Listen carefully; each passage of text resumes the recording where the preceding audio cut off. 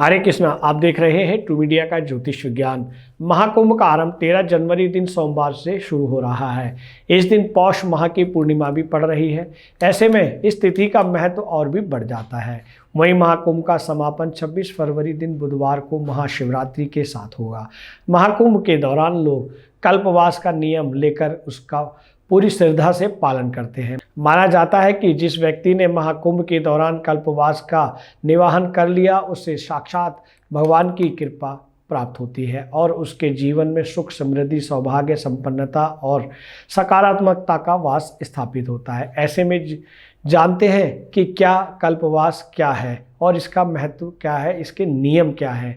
कल्पवास का अर्थ है कि 1 महीने तक संगम के तट पर रहकर वेदाध्ययन, ध्यान और पूजा संलग्न रहना है।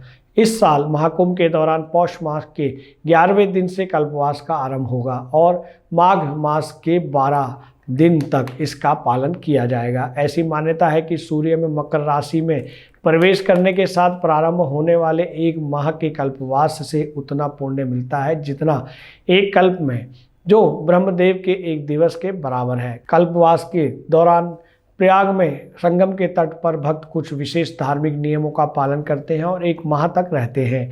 कुछ लोग मकर संक्रांति से भी कल्पवास की शुरुआत करते हैं। मान्यता है कि कल्पवास मनुष्य के आध्यात्मिक विकास का एक परिपूर्ण साधन है।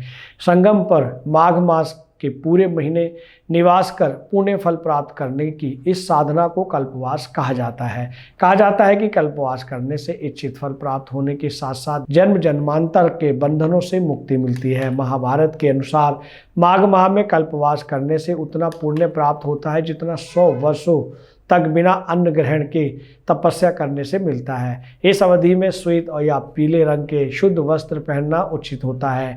कल्पवास का सबसे कम समय 1 रात है। इससे ज़्यादा की संख्या 3 रात, 3 महीने, 6 महीने, 6 साल, 12 साल या जीवन भर की भी होती है।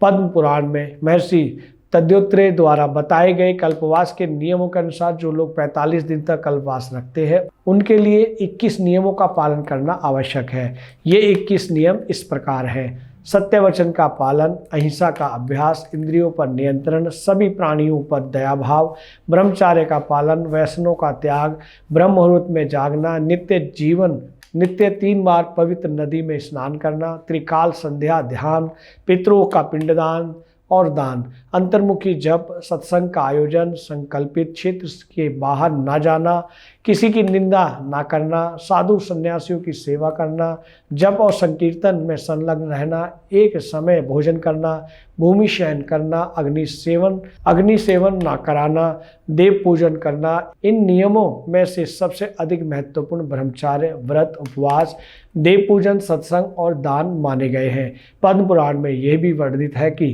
कल्पवास सिर्फ साधु संत ही नहीं बल्कि गृहस्थ भी कर सकते हैं। दोस्तों, इतनी अच्छी जानकारी आपको कैसी लगी? हमें आपके भावपूर्ण कमेंट्स की आवश्यकता है। और अधिक नई जानकारियाँ आप लेना चाहते हैं तो इस चैनल को लाइक करें और शेयर करें और अपने रिश्तेदारों, भाई बंधुओं को भी भेजें ताकि उनको भी ये जानकारी मिलती रहे। हरे कृष्ण। ये वीडियो YouTube पर देख रहे हैं तो हमारे चैनल को सब्सक्राइब करें और बेल आइकन को दबाना ना भूलें। अगर आप Facebook पर यह वीडियो देख रहे हैं तो हमारे पेज को लाइक करें।